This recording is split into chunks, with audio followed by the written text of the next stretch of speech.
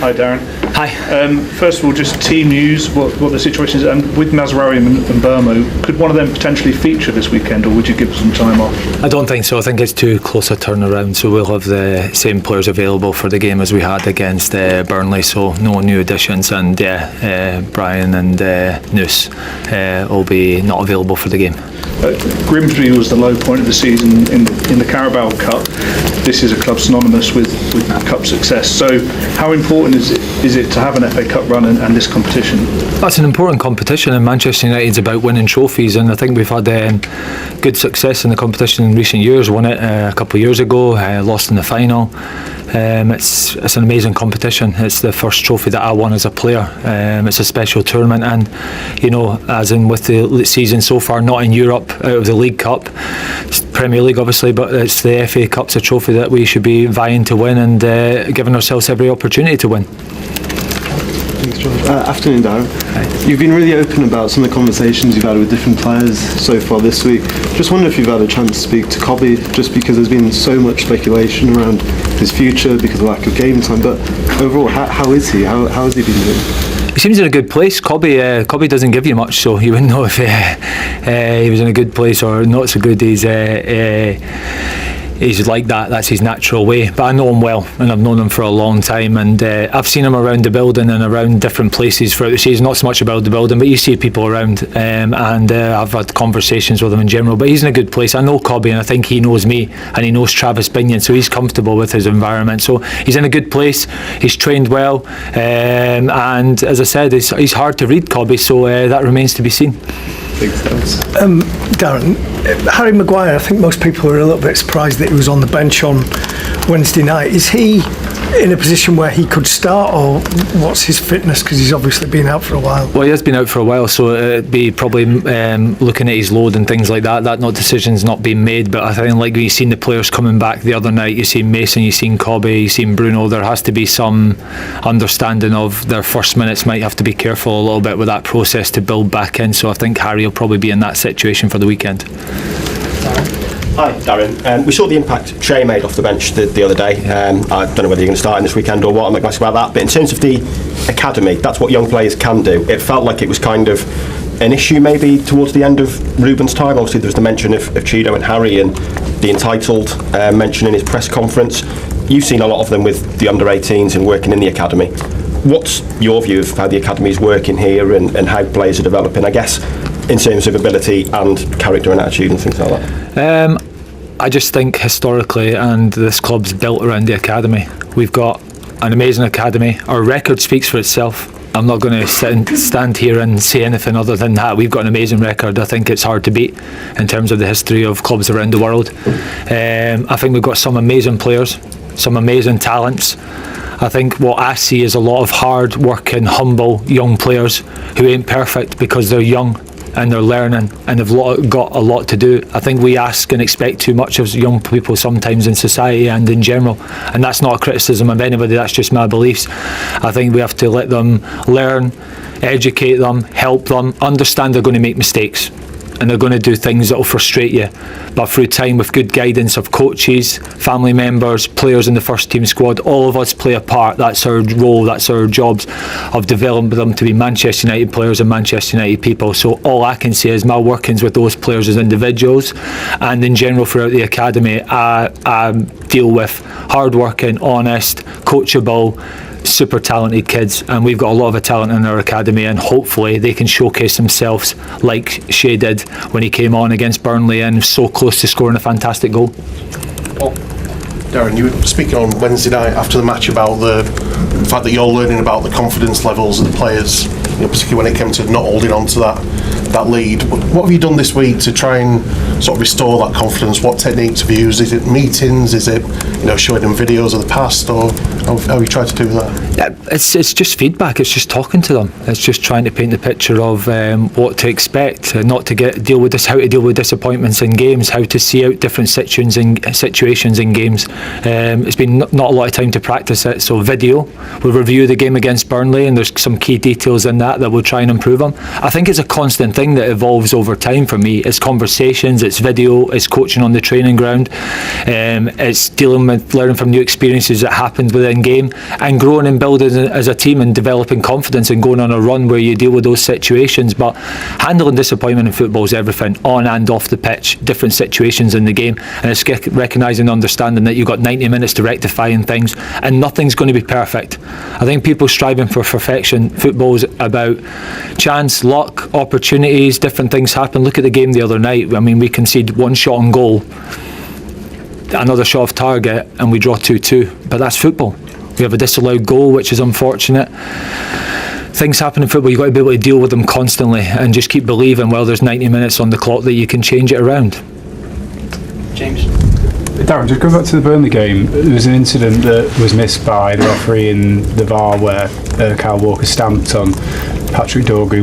One, can I ask your reaction to that incident? And two, Patrick probably admirably didn't react, but we're in a situation where the players are actually feeling they maybe need to react to get the referee and the VAR's attention, because had he milked that moment or rolled around, he probably would have ended up getting Kyle Walker would have probably ended up being sent off. So like Kyle Walker did when Leitcher didn't touch him, yeah. That's sort of the territory we're getting into just now. But Patrick's such an honest guy, he's never going to do that. It didn't look great from Kyle Walker's point of view, but I like Kyle and I know him as a person, so I hope the intent was to get the ball. Patrick thought that his intention at the time was Kyle tried to get the ball and make contact with him, so that was his understanding of the incident in the moment. For me personally, I think VAR should have looked at the goal disallowed, which was ridiculous, so they should have been looking at that for me. And as you say, if they don't, they're just going to encourage players making massive dramas out of things and being theatrical, which we don't want in the game. I don't want that from my players. I'd strive my players not to do it, but them two situations probably were massive influences on the game the other night, so it shows you how influential it can be. Catherine? I'm just wondering if you've had the chance to speak to Sir Jim Ratcliffe this week, any conversations with him just about the vision of the club and also your own future? I've not, no, and again, the process here works. I speak to Omar and Jason. That's how the processes work. For me, I've been focusing on the job in hand, preparing the team for these two games. There's been no thoughts or conversations about my future. Honestly, the people in Jason and Omar have given me full responsibility to take control of these two games, make my own decisions, lead the team, guide the team, prepare the team, and that's what I've been doing. There's been no conversations with anybody outside of those two people in higher up positions in the club.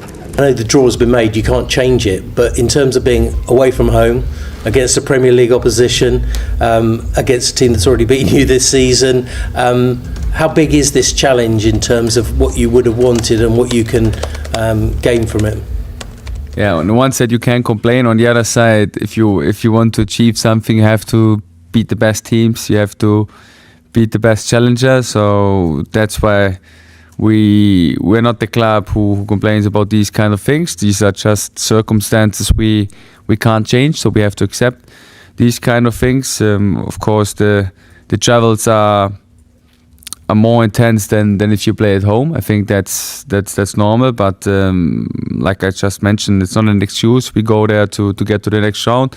We know it's a big opportunity. We know it's also a big opponent, an opponent with big individual quality. But like I just mentioned, we go there to get to the next round, and therefore we have to go all in.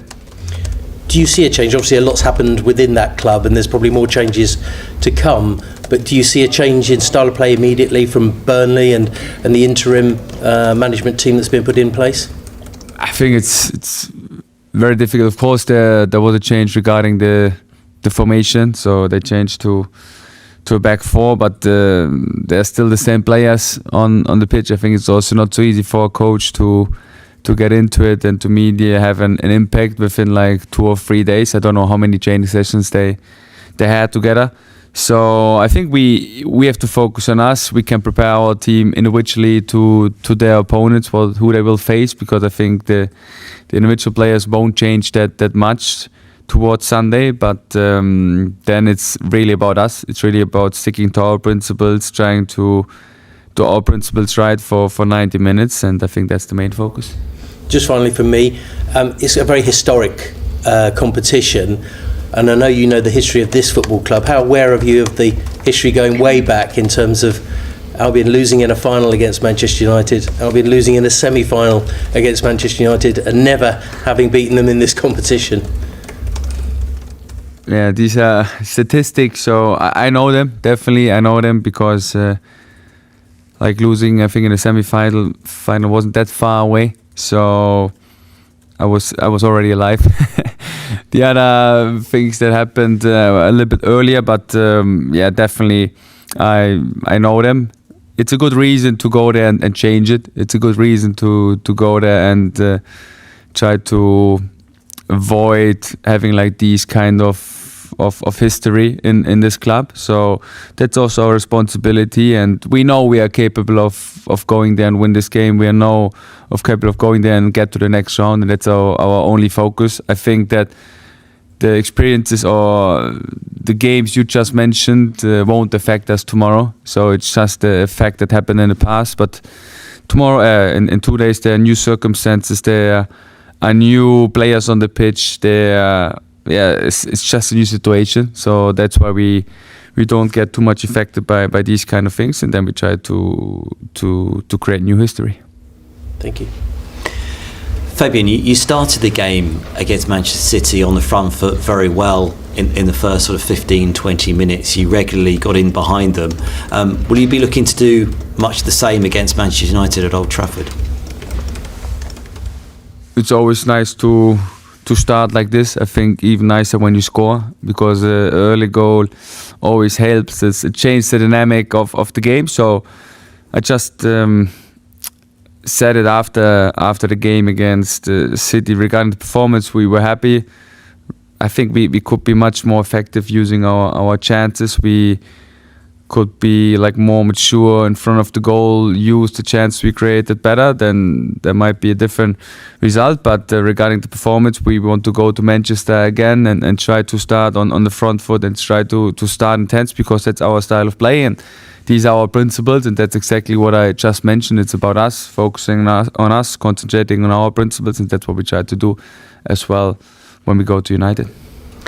What different challenges do you expect Manchester United to pose under Darren Fletcher as opposed to Ruben Amorim? It's difficult to say, because on the one side that the players, they didn't change, so we will face the same individual quality we faced under Ruben. Of course, I just mentioned that they changed the system. I don't know how they will face us. We saw only one game against Burnley, and it's difficult to get so many conclusions out of one game. But the main thing is really, and what we can really control is like how we prepare for that game, how we step into this game, how is our mindset, how is our standard, how our actions regarding the things we can control, and then we might have to react on them in the halftime. But before that, is really difficult to prepare only because of one game. You must have looked at their performance against Burnley in the 2-2 draw. What differences did you see from them from a tactical point of view? Yeah, like I just mentioned, I think they changed to a back four. They had one clear 10 on the pitch, one clear striker. They played a lot of crosses. I think especially from the left side, they have good crosses. On the right side, they have Dalot. They have like clear signal balls. And then the main thing is, I think it's still United. So United, still a big club. United, still a big club with big players. And they showed it again against Burnley, that they can score in every second of the game, that they can easily change dynamics of the game within one action. So they were 1-0 down, and I think within 10 minutes they changed the score. They had like really good actions in the game. I think in the end they deserved to win, but also Burnley never stopped playing. So that was a typical game for the Premier League at the moment. Very competitive, very, very equal. So regarding tactical things, I think it's the biggest change is the back four, and that's what we try to prepare for. Benjamin Sesko was heavily involved. He seemed to get more of the ball, scored 2 goals. What do you make of him, and was he a player that you followed in the Bundesliga during your time in Germany?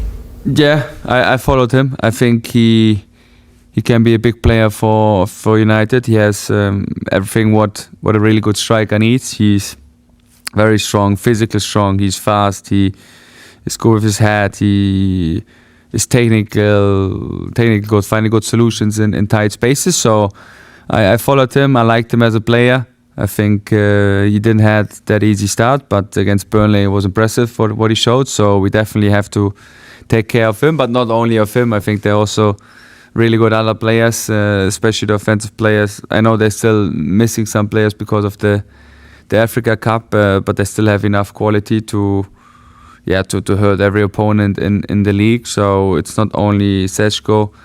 There are a lot of players who can make the difference. So we need to prepare for all of them.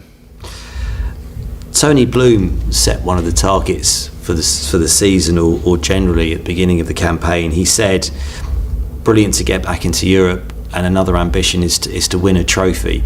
This is a great opportunity for Brighton to do that. How do you see it?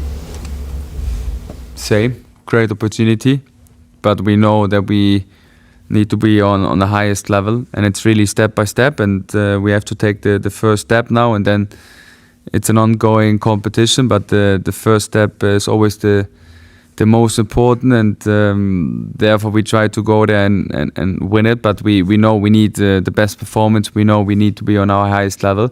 But we always say that we are a club with big ambitions, especially like our owner, like really tries to live it, and therefore we have to fulfill these kind of expectations, but that's something what we love to do. We go there, we try to give our best, and then we see what happens. Right, Eddie Howe, how concerned are you about his future? Manchester United, by the way, there's no talk that Manchester United are in for him. This is just Roy Keane. It would be his first choice. And a lot of Manchester United fans are getting in touch with us saying that he would be their first choice as well. And all season we've been talking about England in the summer. Do you think you've got him long term?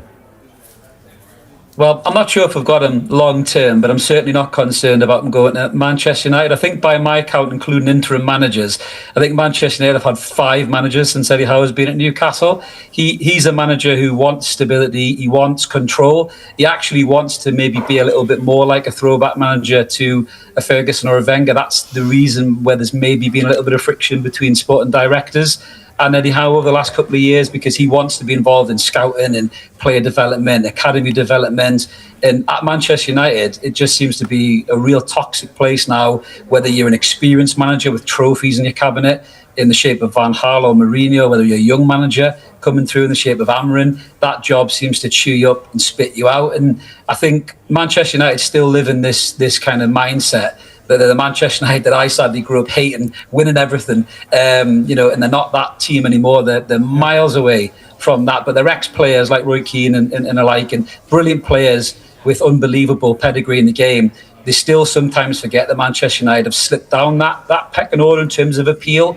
If Eddie Howe was going to leave Newcastle for another club, if it would maybe be, I don't know, a Chelsea or an Arsenal or even a club abroad. But I think England is probably the one that would concern me about Howe, because I think he's tailor-made for the England job, and I think it's the kind of manager that probably the FA would like, depending on what happens with Thomas Tuchel in the World Cup potentially. But concerned, I think the issue is that the life of a manager is short-term. I think Eddie Howe has probably served longer than most managers, which is a real sad indictment of the state of modern day management. But I think I'd be more worried about him going to England than I would Manchester United, because I just think they are absolutely miles off it. And whoever goes in there next will probably get chewed up and spat out a year later. How do the club match Eddie Howe's ambitions? He does seem an ambitious manager. Yeah, he is an ambitious manager. I mean, I think they're always going to struggle with the PSR and the FFP regulations until we get to that point where the commercial revenue is enhanced. The stadium's obviously a huge kind of white elephant in the room for us, because we've got the fans wanting to attend. We've got the ground at full capacity. We can't sell any more tickets. You've got the corporate kind of sponsorship there too. And whether people like it or not, that's a modern day requirement of being one of those clubs, you have to have that money coming in to add to the revenue, and then that could give Eddie Howe more money in the transfer market to play with. But the club have backed him quite well. I mean, he had over 200 million in the summer. Granted, he lost arguably his best player, and that was maybe a little bit mismanaged behind the scenes as well. But I don't blame Eddie Howe for that one. I think he was kind of, if anything, he came out of that looking an even better manager, because that was a really difficult situation to handle as a manager, which makes him appeal to a lot of people like Roy Keane, I suppose. But yeah, they just got to keep backing him in the transfer market as best they can within the financial restraints that they're operating under, I think. Okay, Chris, thank you.